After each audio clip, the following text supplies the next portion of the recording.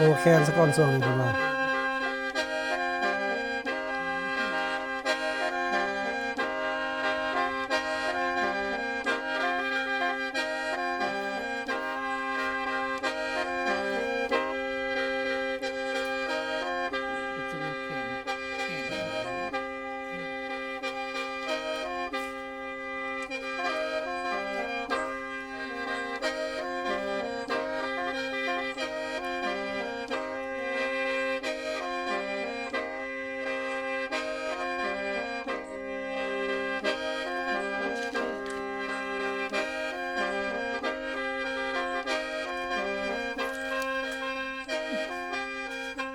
10 เหรียญครับ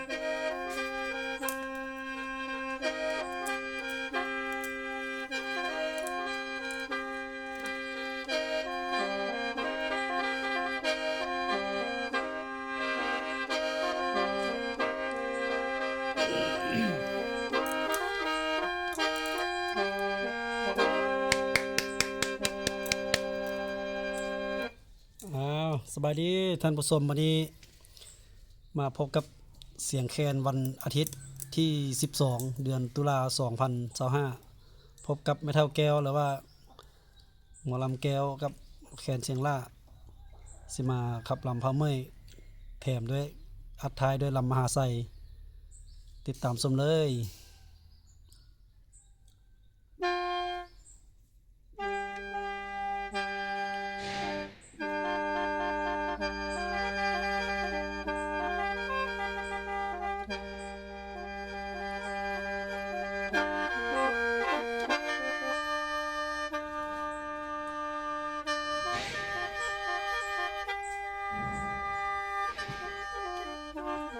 ทำในตีเส้นทำไมนะ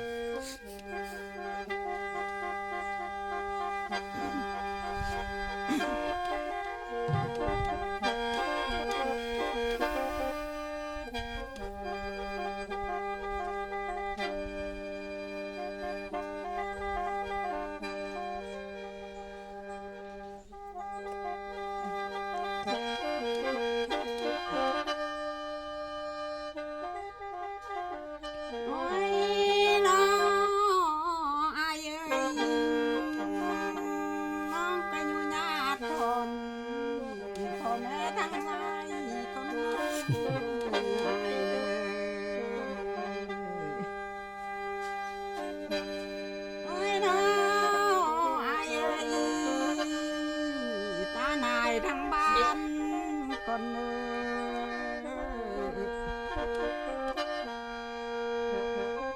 ขออภัยให้แก่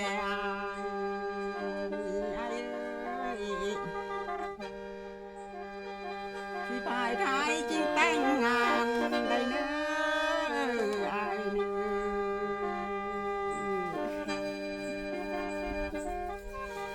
โอ้ยน้อง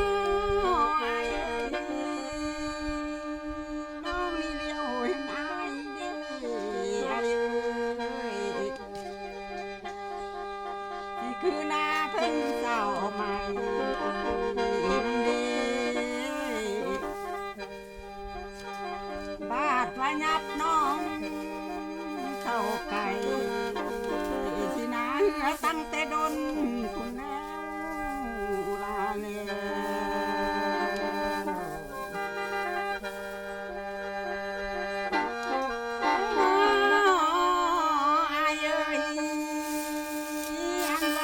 แห่งดีอย่าแห้งยินแห่งลมบ่ซอยแล้วอายแล้ว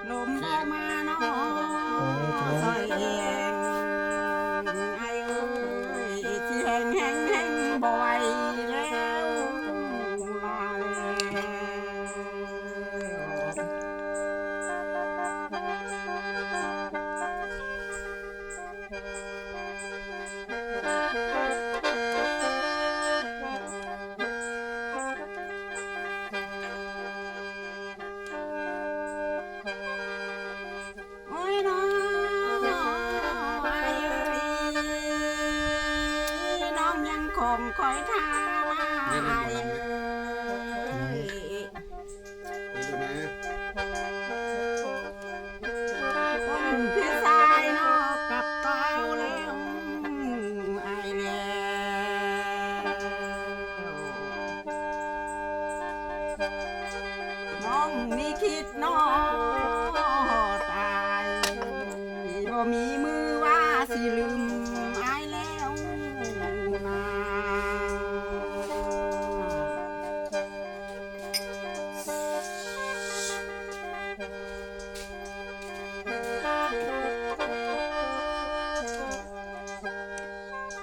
โอ้ยน้อยเอ้ยกันว่านั่งสือขีดไอเอ้ยน้องบ่ทันได้เฮียนได้ไอได้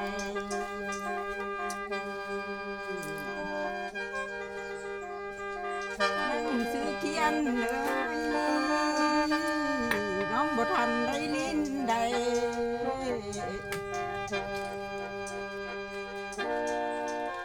การเมืองน้องก็บอกไอ้เอ้ยหนังสือน้องก็บ่งสิเป็นสู้ไอ้ยักใจแล้วไอ้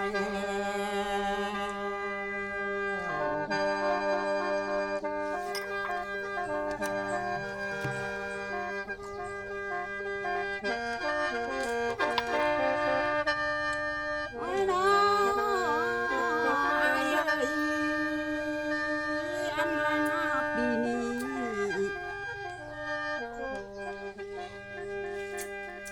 อันว่าน้ำท่วมทุ่งไอ้เอ้ยเขาให้ก็ตายหมดแล้วไอ้แล้วอันว่าน้ำท่วมน้องเอ้ยปูปลาก็ตายคอนแล้วไอ้แล้วนี่แต่กบนอกเขียดทองไอ้เอ้ยสิคอยทางอยู่ป้าน้องนั่นแล้วไอ้แล้ว กบกระหนีหมดแล้วช่วงนี้น้ำท่วมเมื่อกี้นี่ ฉันว่าผู้ปากกุ้งไอ้เอ้ย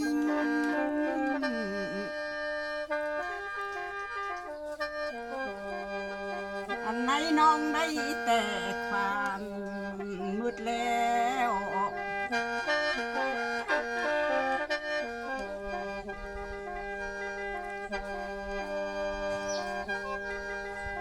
นี่แต่นำน้องนั่นนามันล้นฟังอยู่เรื่อยป้าคุ้งทักทายนี่นั่นแล้วลาแล้ว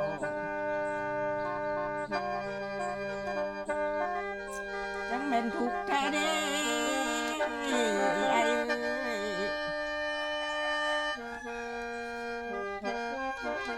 กันว่าเว้าก็เว้าบ่ได้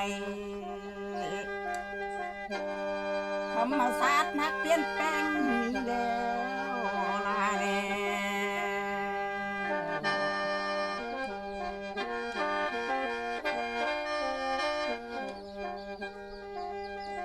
บ่มีหยังเหลือแล้วไอ้เอ้ยเงินทำก็เพิ่นขาดมาแล้วไอ้แล้ว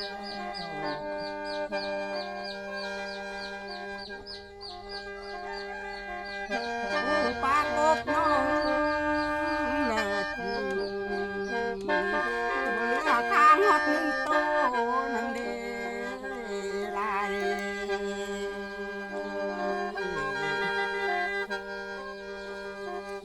โอ้ยน้อายเอ้ยอายลงเหือนมานี่อายบ่เห็นปลาขาวน้อถึกตรงนางบ่อายบ่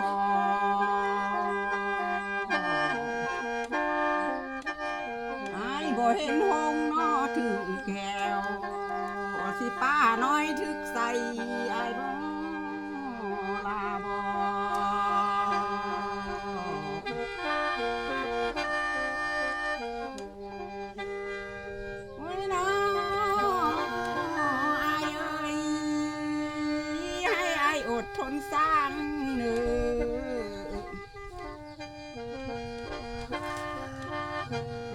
ำใจเนาะตั้งต่อไอ้เอ้ย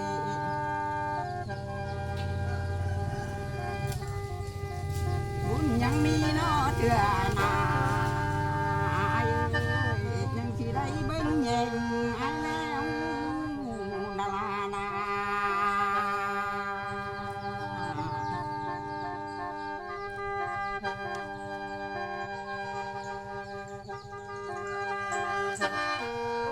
โอ้ยน้อ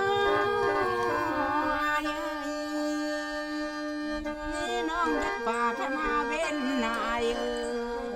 ยที่เว้นมีอะไรจวบเนื้อไอเนื้อ นี่เดียว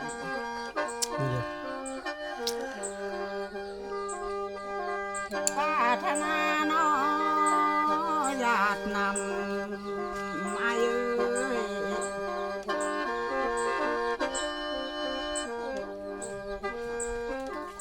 ที่นำต้นหุ่มผูไอ้แล้วนาลานา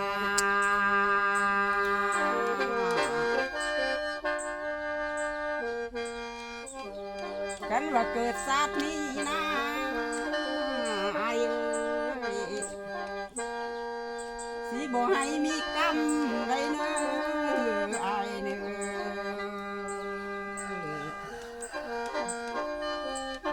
ถึงว่าเกิดชาติหลังไอ้เอ้ยไอ้บ่ให้มีบาปได้ไอ้เอ้ย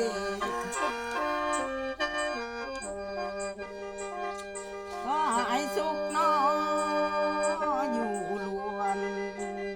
สิคือกล้วยอยู่สวนได้เน้อไอ้เน้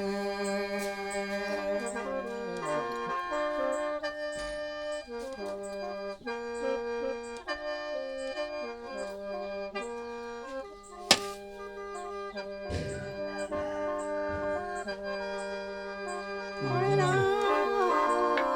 ไอ้เอ้ย ย่าไปเอากล้วยก่อน ละกินบ้องเขายังสะได้บ้องผักเลยน้อไอ้น้อ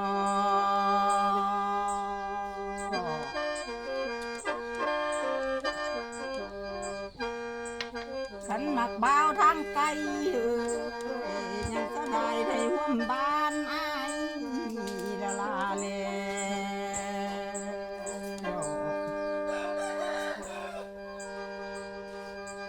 โอ้ยน้อไอ้เอ้ยอันว่าหัวนอนนองบ่มีใครเก็บเปลี่ยนแล้วไอ้แล้วอันว่าหัวนอนนางเอ้ยบ่มีเคยน้อมาฟังแล้วไอ้แล้ว ฉันรักกองน้อล่างนองบ่มีเบาเที่ยวลมแล้วลาแล้ว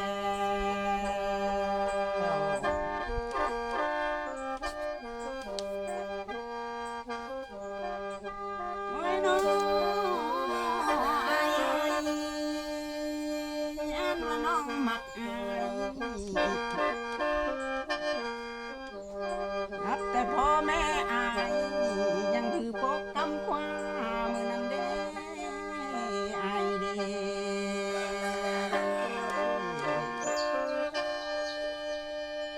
น้องมักสายเอ้ยพ่อแม่สายนะ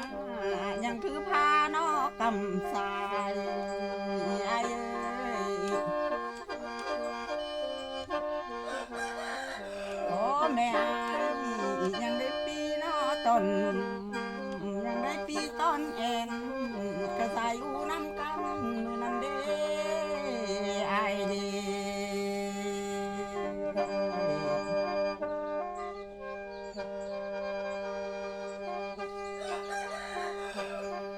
โอ้ยน้องอายเอ้ยน้องสิอดใจไว้เน้ออายเอ้ย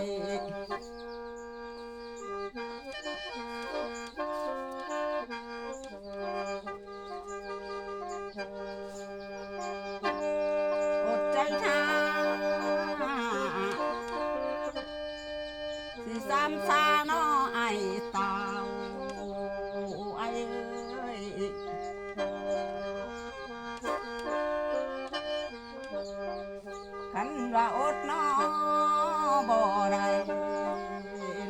ม้วนกระดุกดมได้เด้อ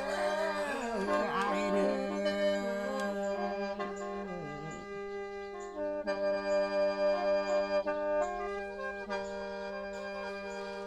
โอ้ยน้ออายเอ้ยข้าอายเลี้ยงควายดอนอายเอ้ยสิให้ตุ้มเข้าคำได้เด้ออายเด้อ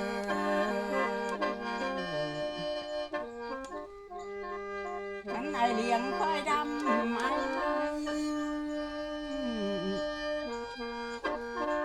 ไอแม่ตุ่มเข้าแก้วได้เนื้อกันละเลี้ยงน้อยใหญ่แล้วให้ไปลงคุ้มคำไอเนื้อไอนา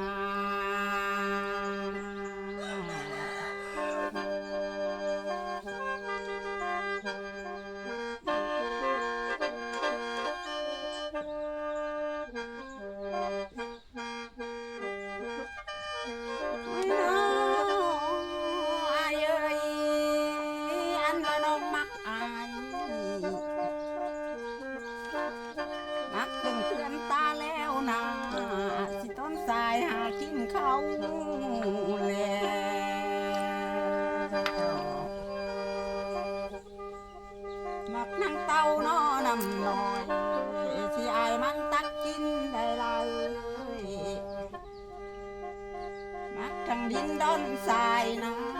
สิต้นทรายเคยลิ้นอายนอ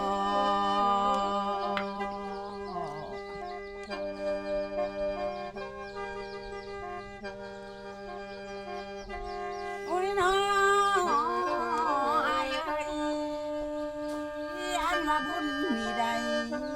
ที่นอนเม่งเงินเสือแล้วลาแล้ว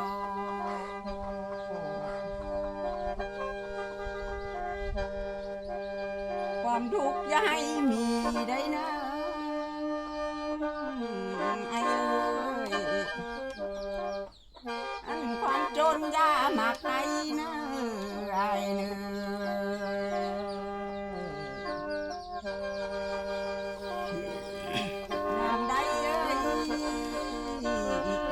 สนุกน้ออยู่ล้วนนี่คือซอยสำลานนี่แล้วอายแล้ว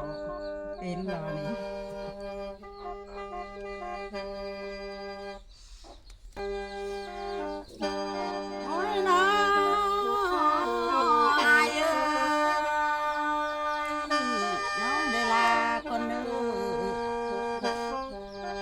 ศิลาเมื่อบ้าน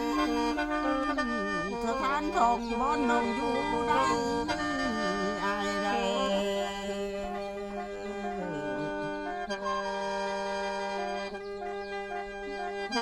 ขออภัยแก่อายสิเมื่อหนาวจะลืนแล้วอาย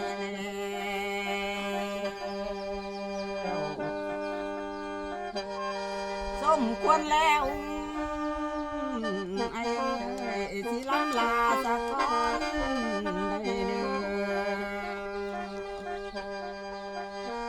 บ่แม่นหมดต่อทอนี่บ่แม่นมีทอนั้นสิเมื่อหน้าจึงพบกันน้อไอ้น้อ จบไปเสียงคำรำพ่อเมื่อยจากแม่แก้วและหมอแคนเสียงล่าเดี๋ยวตอนสุดท้ายนี้ขอถามนิดนึงเนาะหมอลำยิงเฮาหมอครับมิงเฮาเนาะอันบางทีท่านผู้ชมบ่สนใจว่าอันนี้เดี๋ยวย้ำอันนี้อันอย่าเด้อหมอแคนได้ที่สัมภาษณ์อันนี้ก่อน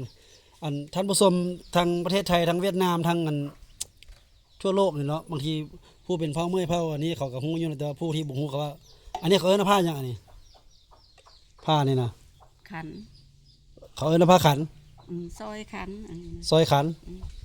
ขันปกหัวอันนี้ละซอยมันซอยขัน ซอยมันเนาะ ขัน อันนี้นี่แม่นอัน ไทยมือไทยแมน เป็นเผ่าใดเป็นคนตั้มเป็นคนยิบเซลนี่ ก็ไทยมือกับข้าพเจ้าเองนี่แหละเฮ็ดเอง ก็เป็นไทยเมยเนาะเฮ็ดเนาะ ไทยมือนี่แหละ อ๋อ เวลาใส่นี่ยามออกงานบุญมีหยังบ่เราไปวัดไปว่าบ่ยามไปบุญกินปีใหม่มีหยังบ่เราจึงใส่นี่ ไปดอง ไปดองก็ใส่ ไปดองใส่แล้วไปบุญหั่นบ่ชูได้ใส่เนาะเพราะว่าเฮาเข้าวัดเข้าว่าเนาะ เออ แล้วก็เอาแค่ปกหัวหั่นนะ ติด มีส่วนรายแล้วมีแต่ไปดอง แล้วก็ไปงานต่างๆ เออง านชุมนุมบ่หรือว่างานมิตติ้งหรือว่างานอันทั้งราชทั้งการหนนาหนุ่งไปใส่ไปหั่น เดี๋ยวเห็นบอกครับบ่ทางก็บ่ฮู้นี่น่ะเนาะแฟนคลับเนาะความกระจ่างแจ้งแล้วบัดนี้คนเขาเข้าใจดีแล้วว่าอันนี้เป็นผ้าหยังใส่ในงานใดสิเนาะเอาขอมกขอบใจเด้อบัดนี้บ๊ายบายพบกันในคลิปหน้าเด้อ